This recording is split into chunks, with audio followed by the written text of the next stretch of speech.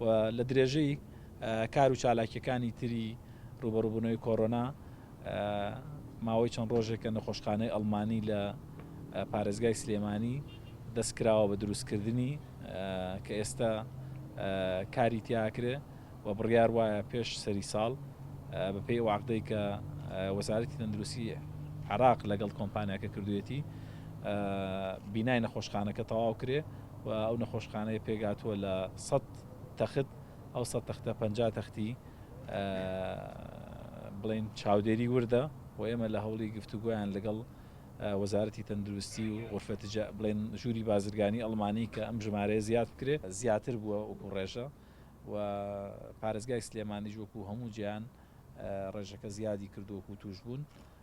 ئێمە هیوادارین بە زووترین کات ڤاکسینی